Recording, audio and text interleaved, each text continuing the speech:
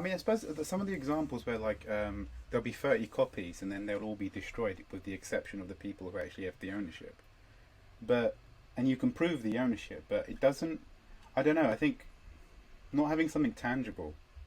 So like one example is someone took a Banksy, they bought it, converted it to an NFT, and then they burnt the picture, and and so like you own this burnt picture and a recording of the burnt picture, but it just I don't know. It feels like the emperor's clothes, to be honest. Wait, so like wait. So somebody had a physical original Banksy. They sold and it. They burn it. And then, so what's is the NFT the video of it being burned, or is it the actual like a photo of the original? I suppose it would be the video of it burning. Again, maybe we're too old, Ryan, to understand this new tech. It's like trying to explain. Like, I remember my dad once when I was younger, walked into my bedroom and he saw the mouse on my keyboard and he just kicked the mouse. And he goes, "What's that? A toy?" And then he walked out, and that's his only interaction with computers to this day. Like he just didn't understand that. Maybe this is the equivalent.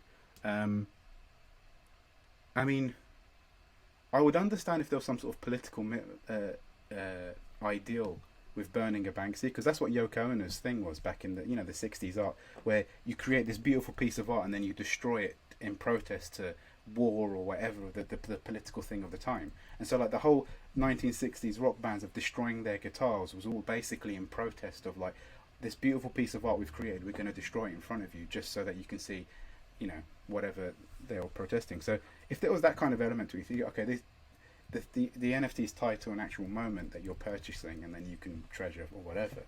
But I don't know, it just feels like the emperor's clothes, the whole thing. And someone's going to realise that they've just paid. Was it Logan Paul? I don't know. Yeah, Logan names. Paul. I saw. So what's the deal with him? I don't know. He sold a clip as well, like a video clip of himself doing something. I don't know what. I dread to think. And again, made millions from it. And it's. I think people selling these things, the people buying it, thinking, okay, this NFT may have value in the future, because if you've got the cryptocurrencies and each one of them is worth X amount, well, this surely will be worth more because it's a singular thing that's not replicated, or maybe there's a few of them, and therefore it becomes like a digital commodity. So if eventually when the stock exchange becomes all digital stuff, that this will be like a really rare item. But I don't know, I mean, yeah, this is wild. So like the Logan Paul thing's really interesting. So basically Logan Paul, he's a YouTube creator. If you're not familiar, he's very popular. He has a large following. His podcast is very popular. But he kind of dove headfirst into this cryptocurrency space where he never really talked about cryptocurrency before, but NFTs drop and then he's all over it. He tends to be an early mover. So hate him or love him, he does create content. He tends to be on the cusp of what's new. But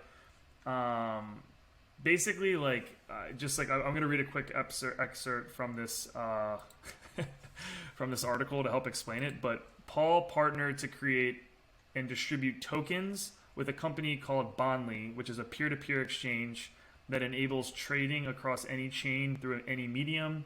And the NFTs, as we already mentioned, are on the Ethereum network. The set of 3,000 NFTs dropped on February 19th, with each selling for 1 Ethereum. Ethereum costs roughly $1,700 right now. So for a total of 3.5 million in sales, Paul sold 1 million worth of NFTs in 30 minutes after dropping them, noted venture capitalist Tiffany Zong. And yesterday's sales climbed to 5 million with a total of 2,500 NFTs sold and 414 left to purchase before Bondly burned the remaining supply. So I guess when they say burned the remaining supply, it's digital. Are you just deleting it? That's the part that I don't really understand.